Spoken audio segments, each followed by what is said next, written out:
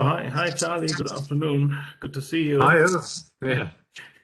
You've been talking so much about structured products, and there's so many things that always keep coming to my mind around structured products that we both have been involved in for so many years. And I wanted to speak to you about the psychology of these products. Like, why do certain types of products trade and some do not? Because the participants of my training courses and everybody's asking, like, for example, a Kiko, a knocking knockout. Why does anybody trade this? In particular, there are more fancy versions of Kikos called co-AMD oil, like knockout, American, kick in, European, and as of course as quants, one can model all of that. But why? Do you have any idea why anybody wants to trade Kikos?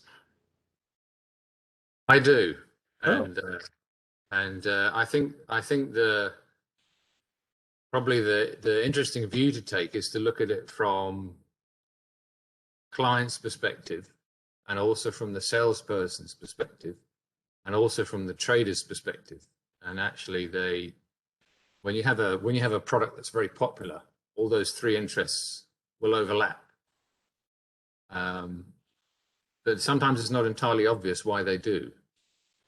And for example, I mean, if you look at the more complex products that you see clients, non-professional clients doing, some of them are really very complicated. And, if you look at these products as a quant, they're pretty nasty to get evaluation and risk measures out of.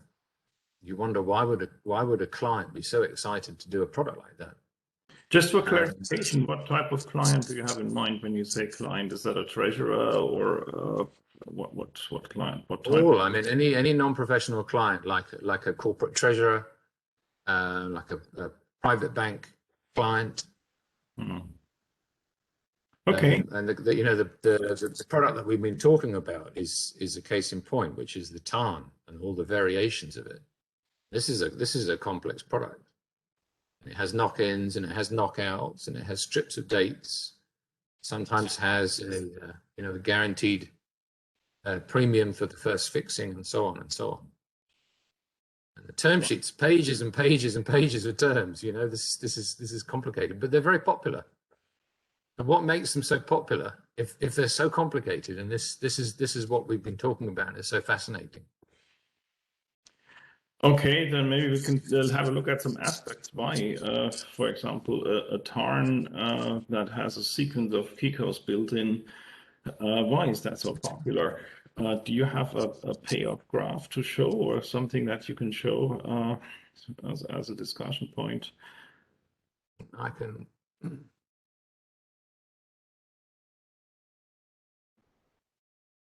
This is where I'm fumbling around. Let me find the button to share.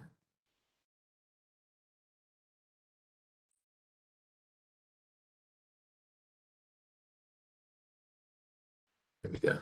No, I can see your screen. That looks great. Okay. So a tarn is effectively something like a risk reversal. So you'll have a call payoff, and you'll have some short puts as well. And there are lots of variations of it. There are lots of variations, but it's something like a risk reversal. And it may be that the strikes are the same. And it may be that you'll have a knock-in on the downside. Okay. And maybe you'll have some leverage down here on the put side. Okay. And you'll typically have a knockout up here, and a knock-in down here. And the way this knockout operates, what makes a tarn is the way the knockout operates. If you've got a simple American knockout that's active the whole life of the contract, it's not a tarn. It's simply a Kiko, usually a strip of Kikos. Right. But if this knockout feature here has a way of operating which is dependent on, for example, counting the fixings that occur above the knockout, or looking at how the fixings are accruing profits in this area up here. There may be a cap on how much profit can be accrued, at which point the contract is knocked out. Okay, so you're talking about something much more general. So this is not a knockout barrier that's just triggered by the spot hitting the knockout barrier, but this structure can also knock out based on the number of fixings above the knockout. So a counter top, as we call it. Counter type, yeah. Or you would accumulate the profits, not counting the losses, just accumulating the profits. And once that profit has reached a certain target, right, then this knockout. I see. Okay, so it's much more. Hence the name, which is a target That's accrual range. Well, the tarn is a target accrual range note, and the TARF is a target accrual range forward. But it's essentially the same product. Okay, in a different. What makes them nasty is this path dependency up here. If you the way that this barrier is operating, I mean, what it means to be a barrier in that sense is if the barrier is triggered, the fixings after that trigger date are no longer observed. So it's not that the whole thing is extinguished, including all the past fixings. But all the future fixings that have not yet occurred are then, ignored. They're not taken. So the accumulation stops. I see. Okay, whatever happened in the past is there and stays. Is guaranteed in that sense. Yeah. Okay. So this graph looks like there is this knockout barrier that you draw. Okay, there is. When I look at the possibilities of making profit from the structure, it looks like on the upside there's not much room for a profit, but on the downside there's a lot of room for loss. Is that in balance? How does that work? If you have, so the thing with these tarns is a lot of features going on at once, and you've got the knockout, the particular flavor of knockout that you have for the structure for the TARF, which can be, like you explained, profit driven or camping driven. Okay. On the top side, and then you've got from the client's perspective, the liability on the downside. Of course, if you want the profits, even the potential profits, you've got to pay for those somehow. In order to pay for those, what the client does in this structure is they sell some puts. Here are the puts down here. Okay. And so this is where some of these features start to surface, is that the puts on the downside, of course, the client would prefer not to have exposure for as big a region down here as possible. Say current spot is somewhere around this level. Okay. The strikes. So what typically happens is the puts have a knock-in level, a European knock-in level put on them, added to them. And so if you get fixings in actually quite a wide range below the current spot, none of that liability will appear. Right. And so the other way this works is that effectively the calls that the client owns cash settled. So as you approach each fixing, and the fixing is taken, let's say it's above the strike, so there's a profit, or let's say the call is in the money, that profit is encashed. Call is cash settled for that particular fixing. All right. While the puts are not cash settled.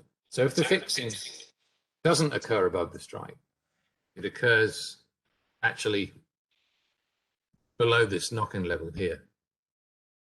The put for that particular fixing will be knocked in, but it won't be cash settled. It will appear as an open position. Okay. So there's no cash flow at that point of time at hitting. No. But if there are losses, then they accumulate, and the client might be surprised about a much bigger loss at the end. Well, this brings us on to another thing, which is the realized versus unrealized P&L. And certainly from from a private client, a private banking client side, they make a huge differentiation. I mean, not just the client, but the banker as well makes a huge differentiation between realized and unrealized P&L. Now, realized P&L, I mean, from the from the bank's risk management perspective, there's no distinction made. You know, if you've got cash in the bank or you own assets, it's treated the same way. There's a slightly different margin percentage applied to each, but the bank is essentially, the bank's risk management should be very specific about this. The bank's risk management is effectively indifferent as to whether something has been realized or not, aside from the different margin, slightly different margin requirement, because a realized profit becomes cash, therefore it's not risky. Whereas an unrealized profit or loss is still risky, and so there's a slightly different margin requirement for each of them. I see. So just for me to understand, okay, so this structure at the beginning will have typically be a zero cost structure. That's how I've seen it. Right? Maybe sometimes exceptions, but most of the time it's like that. Well, we've moved on to yet another feature of these, which is they're done as a strips.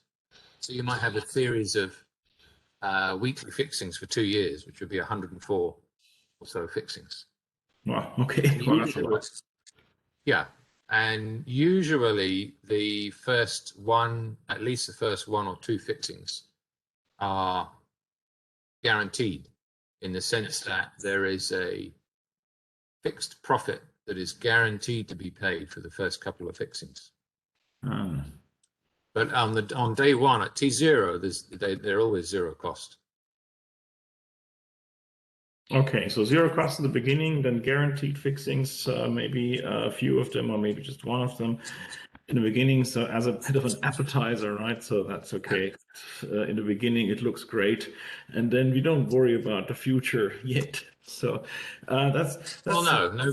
I mean, I mean, this is where we start to look at the different perspectives. Okay? So from the trader's perspective, he's got these positions in his book. He's doing this risk management. And if he's doing this risk management effectively, he really doesn't care what happens to the fixings, up and down, doesn't matter, because he's managing the risk. And so he's completely, I mean, in a perfect world, he's indifferent as to where the market goes. From the salesperson's perspective, they've got a product to propose has a lot of interesting features. So the first one is that it's zero cost on day one, which is always attractive.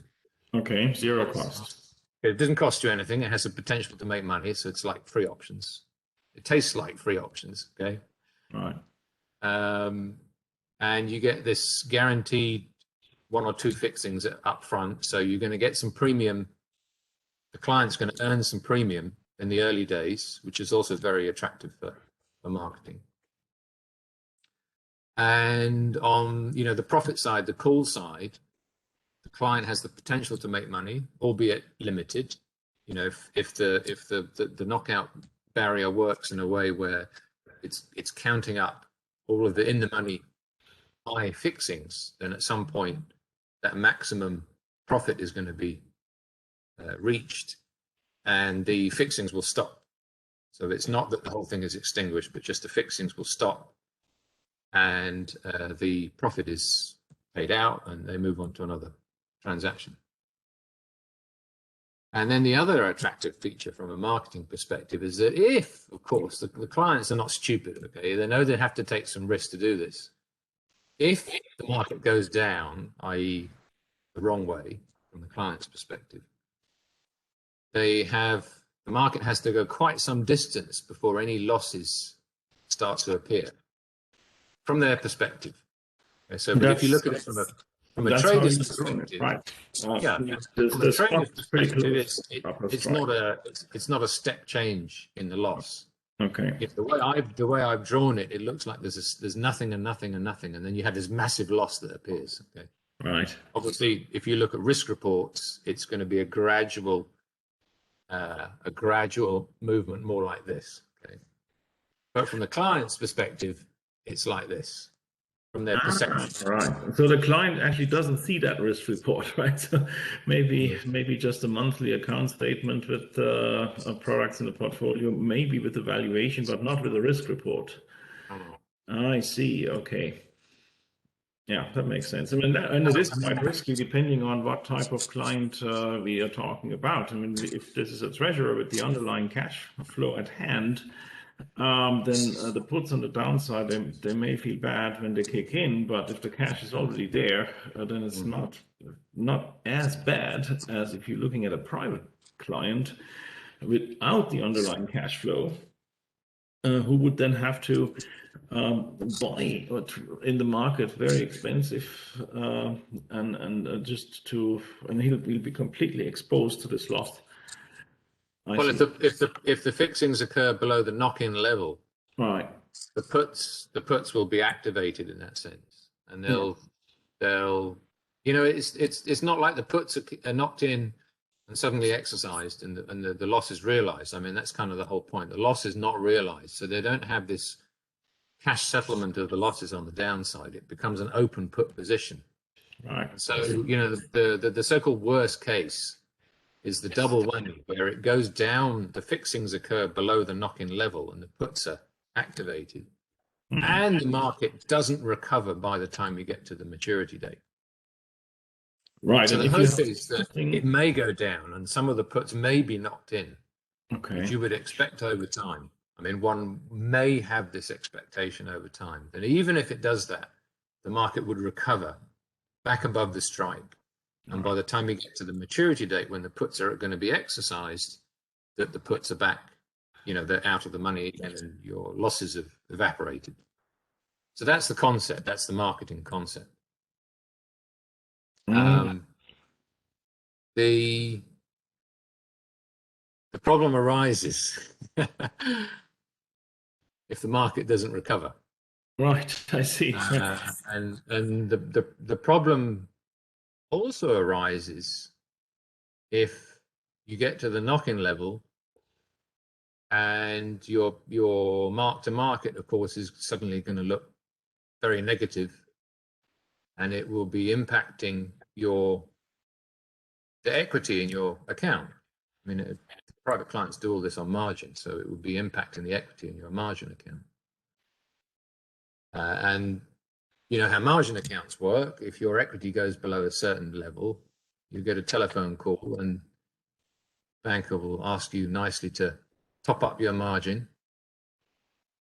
And if you look at these in equity, of course, equities are super directional. If you look at the risk reversals, it's always for the puts.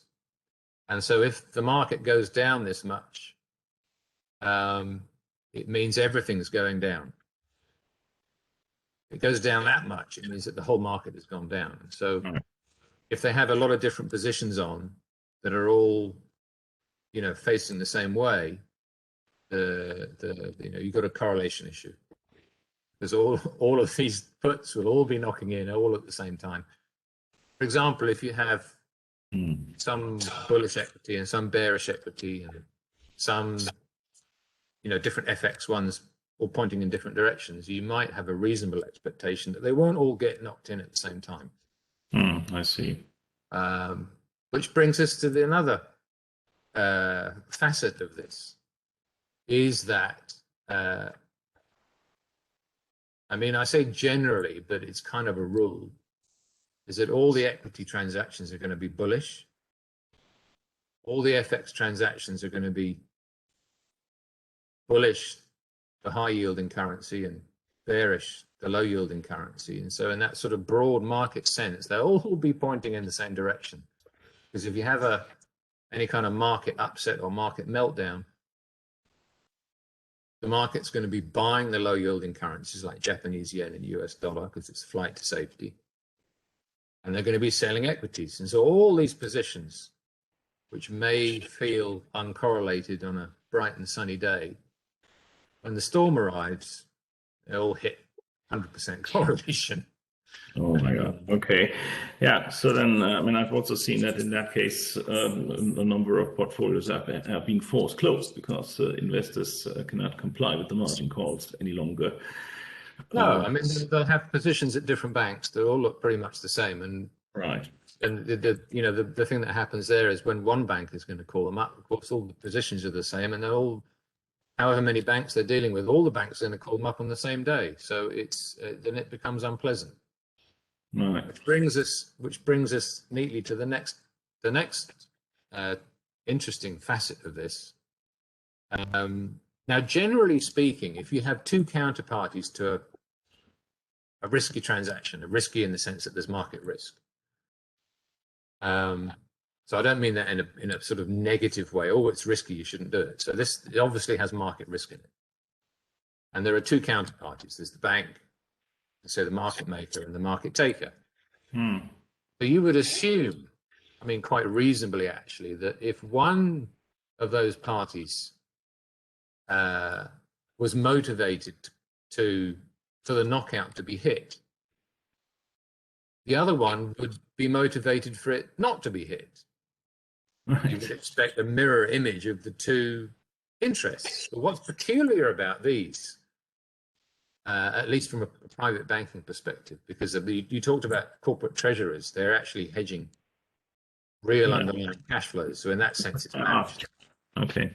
Yeah. And that doesn't apply here. But we were talking about private banking clients. What's peculiar about these is that both parties have an interest for these to be knocked out. Why is that? So from the private client's perspective, they have this guaranteed premium on the first couple of fixings. Hmm. And they may have the possibility to accrue more profits, up to the cap. But if you look at it from the client's perspective, after those first guaranteed fixings, they've still got this potential to earn a little bit more. But from that point onwards, it's all downside for them. You've got the puts that can be knocked in and so on. So once they're through those first couple of guaranteed fixings, from the client's perspective, they just want this thing to go away. They might be able to accrue another $50,000-$100,000 of profits because the profit cap usually is quite low. Hmm. But they've got millions of dollars of potential exposure on the downside. And from the client's perspective, after the first few guaranteed fixings, the P&L is going to be zero. The mark to market is going to be zero or negative. They just want this thing to go away. They've got their guaranteed fixings, and at that point, goodbye. That's what there is in their interest. From That's the the bank's psychology, right? That's how it works, right? So that you have a gigantic loss that a client may feel like it's never going to happen, so ignoring even a small probability of that occurring, and there is a small gain which is captured at the very beginning with probably a higher probability, but the gain is small, and that's also what makes the whole thing zero cost. I mean, when well, added. Taleb has written a lot of articles. This is his sort of this is his meat and potatoes really for Nassim Taleb, which is people's inability, or we say the general public, which from Nassim's perspective is the rest of the global population except him. And that's arguable, okay? So he's thought very deeply about this. And one of his articles is called The Fourth Quadrant, and his general point is that people are not able, genetically, including him, to intuitively to think in a probabilistic way. So if you talk about coin flips, there are two possible outcomes. There's an equal chance of each. If you lose or make a dollar on according to whether it's heads or tails, we can think intuitively about that. Hmm. Because there's no non-linearity, number one. It's a plus or minus $1. And it's something like it's like a well-behaved distribution of outcomes. So each one has an equal chance of occurring. So now if you look at markets and you look at nonlinear products, especially like the TARFs or TARNs, there are any options. Number one, you've got nonlinear payouts. So it's not make or lose a dollar. You've got nonlinear payouts. Number two, you've got very peculiar, sometimes very badly behaved probability distributions. And so what one needs to do if you want to look at a transaction and have a feeling as to whether it's a good trade or not, you need to think in a sort of probabilistic way, which means to consider the non-linearity of the payout and to consider the non-normality of the probability distribution of the outcomes. And what he calls the fourth quadrant is where you've got non-linear payouts and you've got a badly behaved probability distribution. And this is when you look at equity or, you know, Aussie yen or these kinds of currency pairs, and you're looking at tarns. This is, you're absolutely in the fourth quadrant. Right. Okay. But from a client's perspective, and I'm not saying clients are stupid, clients are not stupid, especially they've got kind of some private banking clients who've got, they're definitely not stupid people. But they look at it as like a coin toss, which is where the error occurs. It's definitely not a coin toss. You know, you've got a small positive payout and a big negative payout, potential payout on this. You've got the knock-ins. You've got, you know, you've got risk reversals here, so the probability distribution is skewed.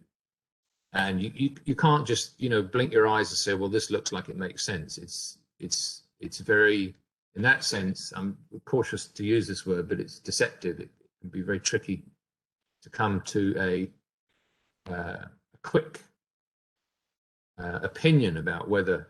So, the example where you passed the first couple of guaranteed payouts. So then, what the client should be doing is saying, well, do I want to keep this or not? But what the general thought process is, and the banker usually takes the same opinion. You know, why be in a rush to close it out? You know, you can still make a bit more money. The market's pretty much where it started. You've got the potential to make a few more $100,000 out of the fixings if they're above the strike. You know, and you shouldn't worry about the puts. You know, the knock-in's so far away. There's nothing to worry about. Just let it run and wait for the profits to come in. But this is completely missing the point. It's completely missing the point. The point is you've got a tiny amount of profit left to take, and you've got all this potential downside sitting there in the wings. And the best thing from the client's perspective, once you've taken the guaranteed premiums, is to close the damn thing out. Move on to the next trade. That's how it's. I wouldn't say how it's supposed to work, but that would be the correct way to proceed. And so the thing about I said that this transaction, this product is a bit peculiar in that sense. The sense that I meant was that at this moment in time, where after you've moved through the guaranteed fixings, it's actually in the interest for the bank to have this knocked out or closed out as well. From the trader's perspective, he doesn't care. Okay, he's managing the risk, doesn't care less. So from a risk management perspective, it's completely neutral. But if you look at it from a business perspective, so the trader, let's say he's a senior trader, maybe he's the head of the trading desk. He's looking at what is his business going to generate over the whole year. He's not, of course, he's looking at it transaction by transaction. But he's also looking at his whole portfolio at any one time. And he's also looking at the business over the course of the whole year. And so when he's got his business hat on, he's going to say, well, this is a 2-year transaction. We had a pretty huge bid offer spread that was crossed.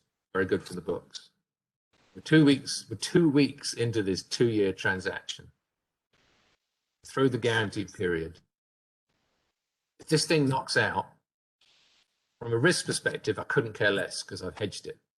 Right. From a business perspective, if this thing knocks out, we can do another 2-year transaction. And if you look at it over a 52-week period, you could do, and if it happens one after the other, you could do 26 2-year transactions a year. That's why so many Just target forwards are structured that way, that if the market spot stays where it is, they would knock out in a very short period of time, like 5-6 weeks, and then we're done with it, and then we can all do a new type of business, right? The client can do another one at zero cost, take home the profit. The trader wouldn't care about the risk, but the business operational model of the bank would say, okay, we could do another trade and charge another fee or margin, whatever it's called. Okay, I see. That's how it works. Good. well, that's how it's meant to work. That's how it's meant to You know, be. when we've discussed this with salespeople, why you should be looking at these instruments. So when they say, why do people do these products with these knockouts and knock-ins? It's just a pain in the neck. You know, the regulator doesn't like it, and the market risks start jumping up and down. Why do clients want to do this? Why do we have to do this? And I explain about it from effectively a turnover perspective. You know, and you can see the light bulb come on. And so what's curious about this product is, you know, if you go through this cycle of guaranteed premiums, hitting the knockout, do another transaction, from the client's perspective, it's fantastic. They've got the money coming in every 2 weeks. All this risk that they've taken is being knocked out. And, you know, they're very happy. And from the bank's perspective, they're doing these 2-year transactions with the bid offer spreads that 2-year transactions have, which are much wider than the 2-week transaction. And they're doing it 26 times a year. I mean, if you did a 2-year transaction and it didn't knock out, that would be one transaction in the space of 2 years. If these things keep knocking out, you'll do 52 of them in the same time period.